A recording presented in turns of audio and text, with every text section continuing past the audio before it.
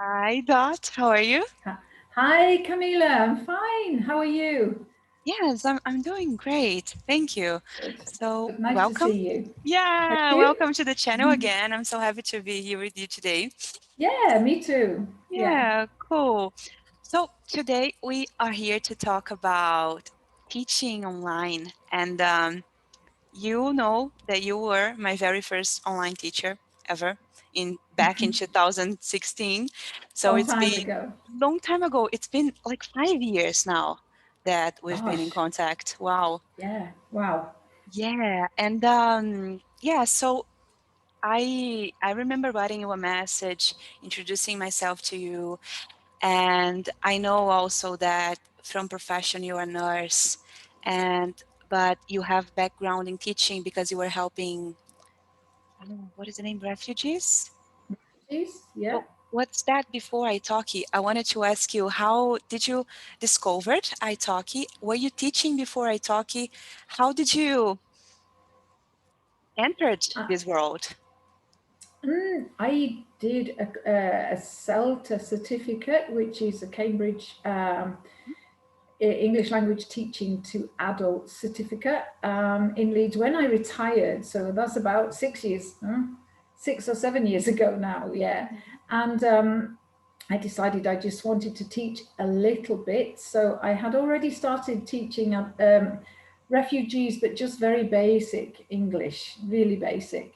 But then because I'd retired, I wanted to make just a little bit of money, get a little bit of income. So I started teaching. I found italki. I was looking online and I found italki.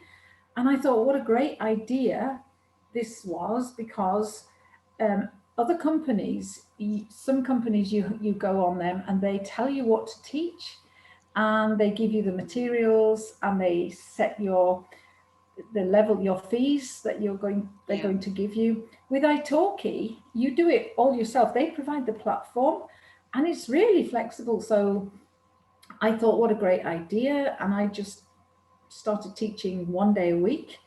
And I could set my own prices. I could decide when I wanted to teach, which times of the day. And then, of course, they find uh, the students for you because the Yeah. students just come on, find your profile. The worst thing was making the video. I hated making a video of myself.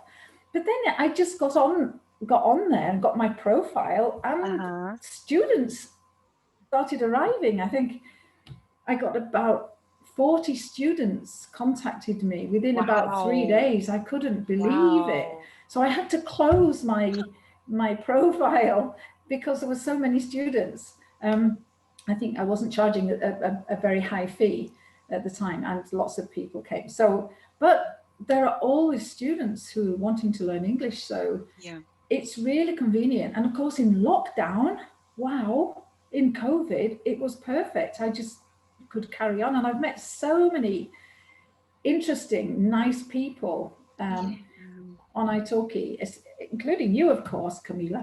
Um,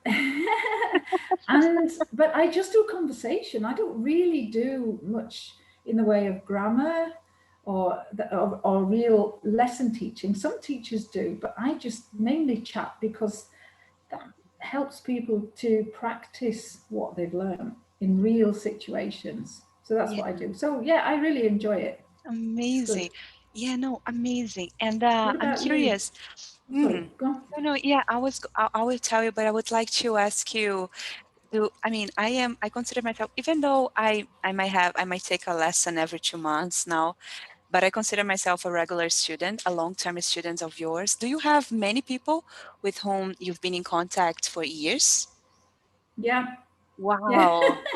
Especially one lady who is a Spanish lady, and she was actually my first student. Yeah, so a Wow. very short time before I met you. And I was very nervous because she was my first student. She was very nervous because she'd never done it before. And that is, oh, I don't know, maybe more than I think 4 years ago. And she's still my student now. I chat to her every week. And we talk about everything. It's amazing. We have an English saying, we put the world to rights. So we sort out the whole world in our lesson, and then we do it again the next week. And and it's really, I love it. We just chat. Yeah. Wow, amazing. She says it helps. She says it helps her. So I'm sure it does. I'm sure it does. It does. No, of course. I have a friend, a Brazilian friend. He decided to teach in italki. He created a profile, and he told me that after 5 lessons, he wouldn't know what to talk about. 5.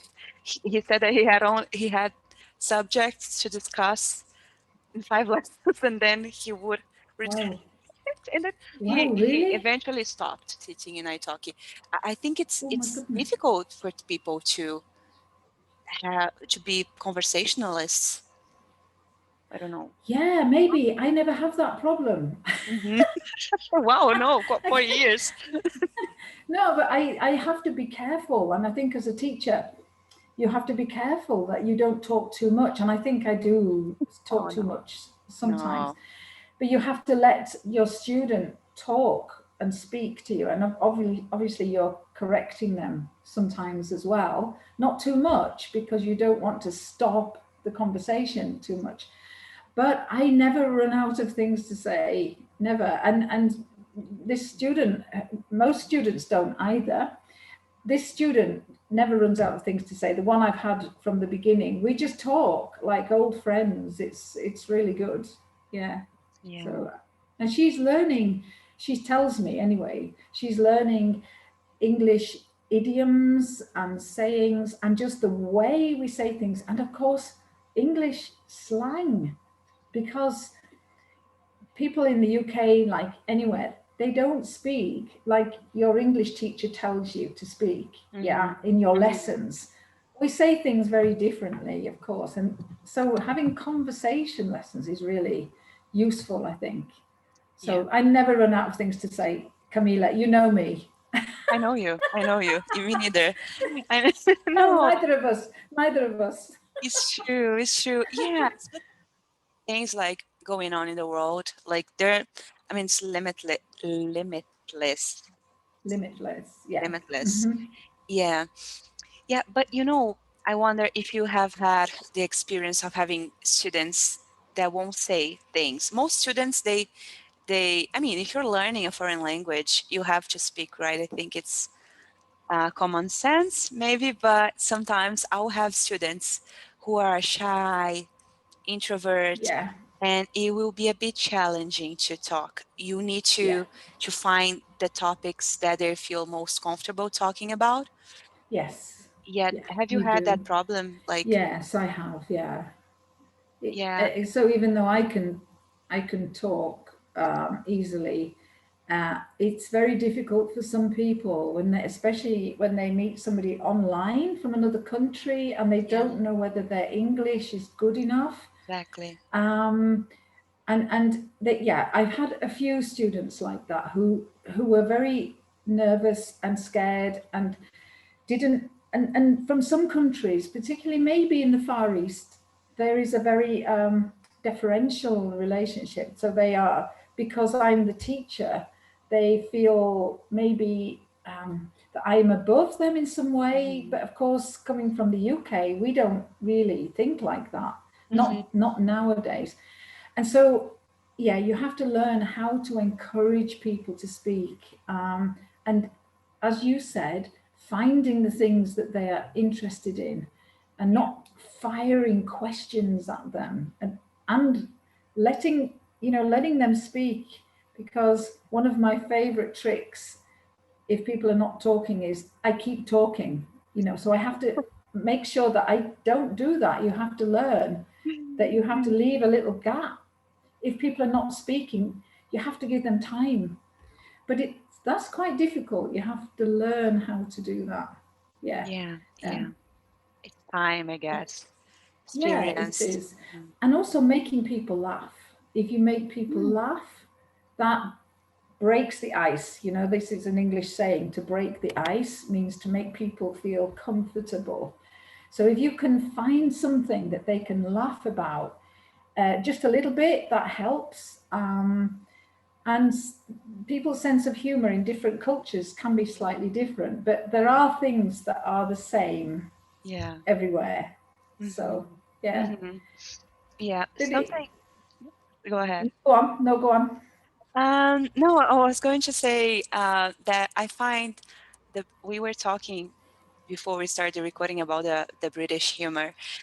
One thing I find hilarious and very funny and interesting about British people, it's how you can make fun of yourselves. I mean, you know, how you can, people in England, they can say something, it's not a bad thing, but it's something that you can laugh about yourselves. Like, yeah, we do, I think. Yeah. I find it, and if you can do that, if you can make a joke about how you did something wrong, I feel like I'm at easy. For me, it's easier to speak with British teachers than with teachers from other countries. I think. Oh, really? Okay. Really, really. I think. I mean, I don't know. I get that impression. Like you. I mean, am I wrong? I mean, I'm not sure. Maybe the people I found, they were joyful and in a very interesting way. I don't know. Would you say that is a common characteristic of British? To laugh at themselves personally, you mean? We Yeah. laugh at us. We laugh at ourselves as a nation, as a country. We Yeah. find ourselves amusing. Yeah, sometimes. Oh, Yeah, really? yeah. Like, oh my God, we just complain about the weather all the time. That's what we complain about. Or we complain about the government. Yeah. But yes, we do complain. But we do laugh at ourselves personally as well. And I think also that maybe comes from, we say sorry all the time. Do you find that British people are always apologizing? Well, maybe it's just me. No, my students, yes, now that you mentioned, yes, if they make a mistake, they'll say, I'm sorry. And if they conjugate a verb wrong, I'm sorry. I was like, no, I mean, it doesn't matter. Yeah, you're learning, of course. Yeah. But I don't know about you, but I think humor is very important, really, to get to know people, but also asking your students questions about their life, but not being intrusive. And there's a balance. It's like a tightrope to be interested in them, and then you get them talking about themselves, but not being intrusive, to like not being what we call nosy, to find out too much about them. So this is a balance, and it's quite difficult. Yeah. Do you find that? Do you find it's difficult? Difficult. Still is. I've been teaching for a long time, and I guess it's my Brazilian nature. I'm just too curious, and yeah.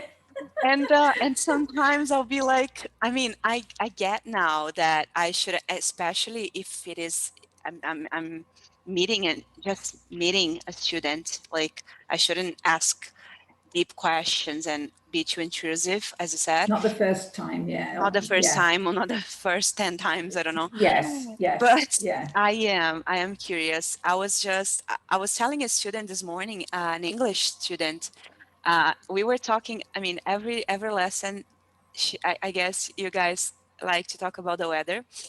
And every lesson she starts talking about the weather.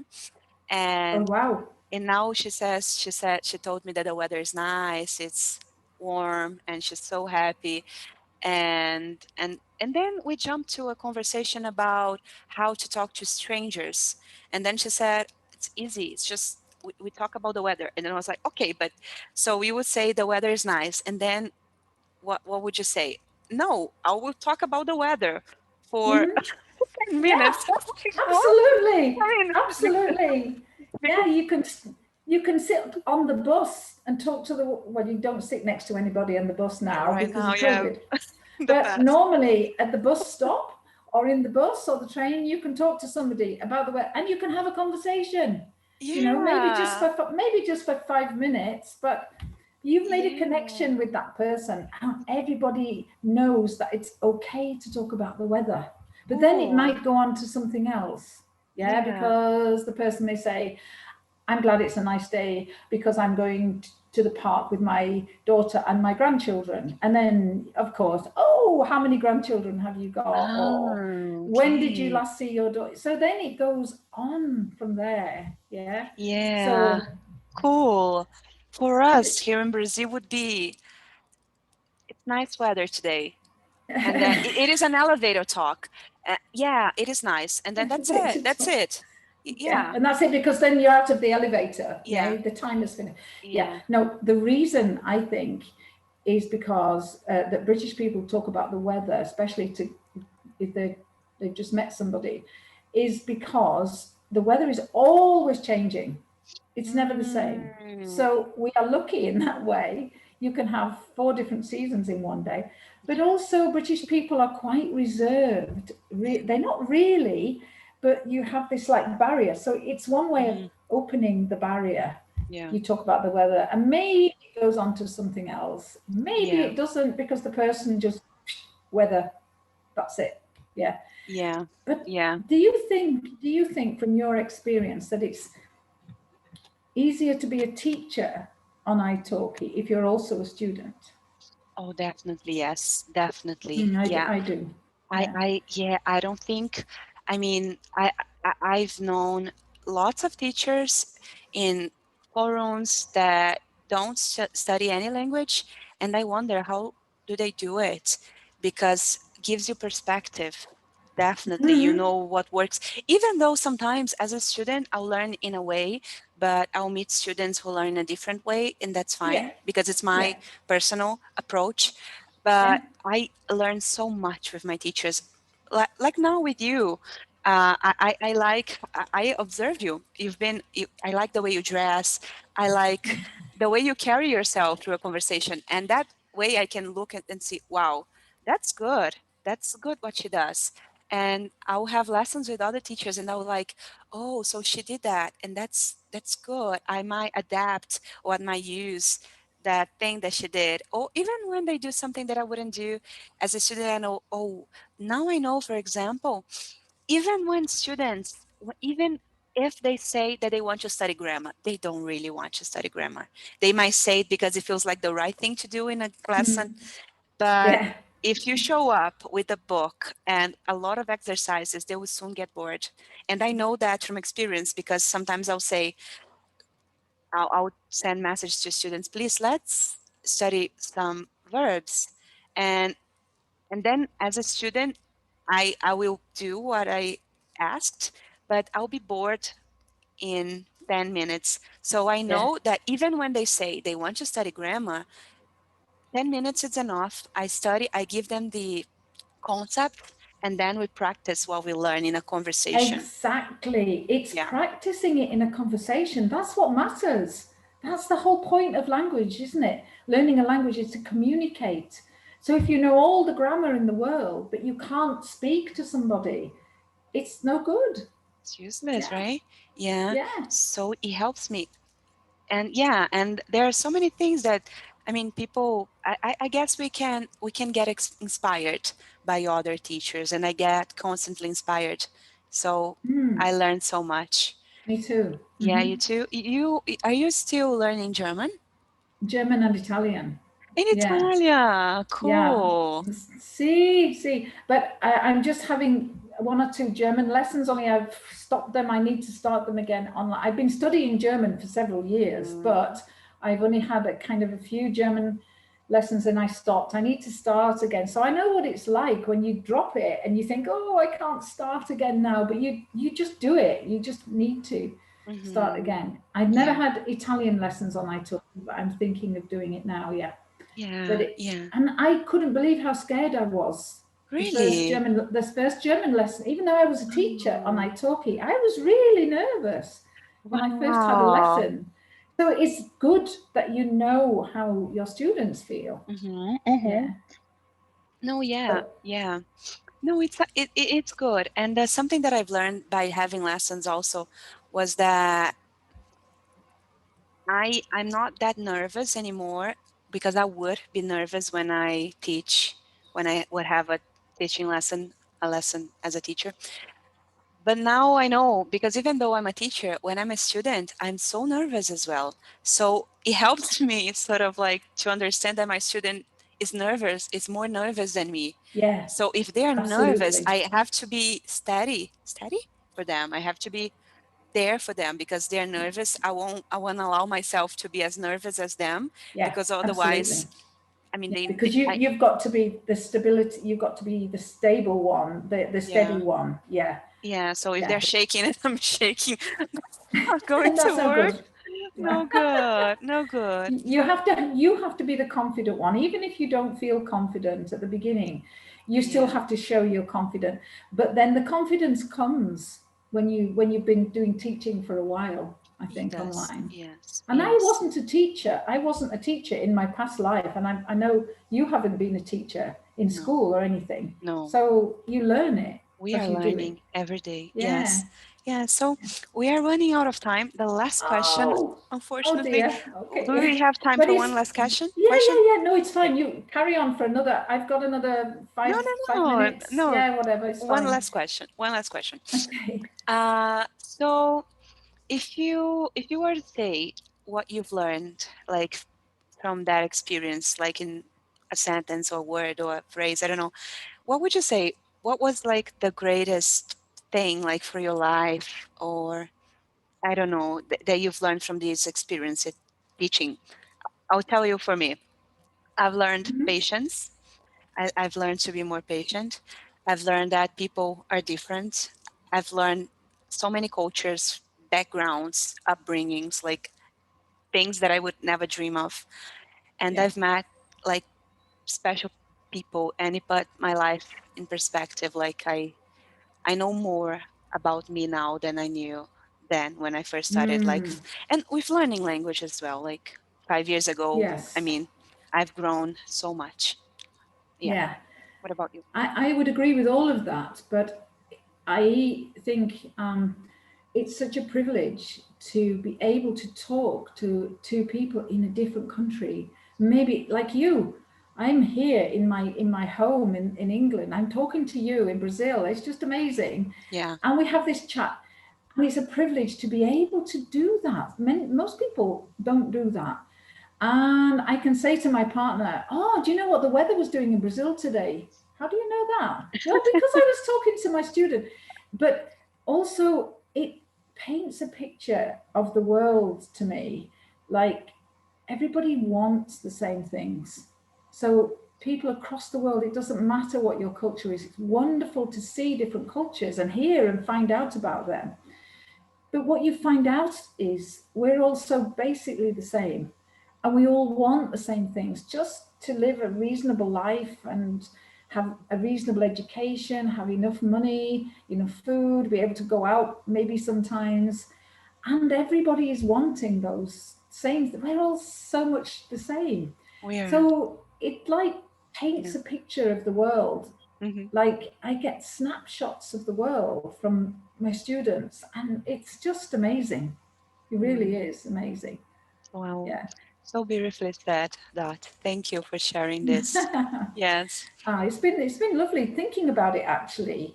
I don't necessarily think about my experiences on italki, but because you've asked me, it's made me really think about it. And yeah, it's very positive experience, both teaching and learning, I think, but especially teaching.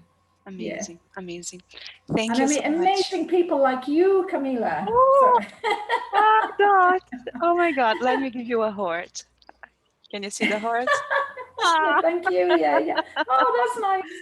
Amazing. Thank you for participating again. Thank you for this beautiful Okay, conversation. I'll be watching this and rewatching for years to come. So thank you for this beautiful memory. Okay, thank you, Camila. It's lovely to talk to you. Okay. Yeah, see you next time. Bye. Bye.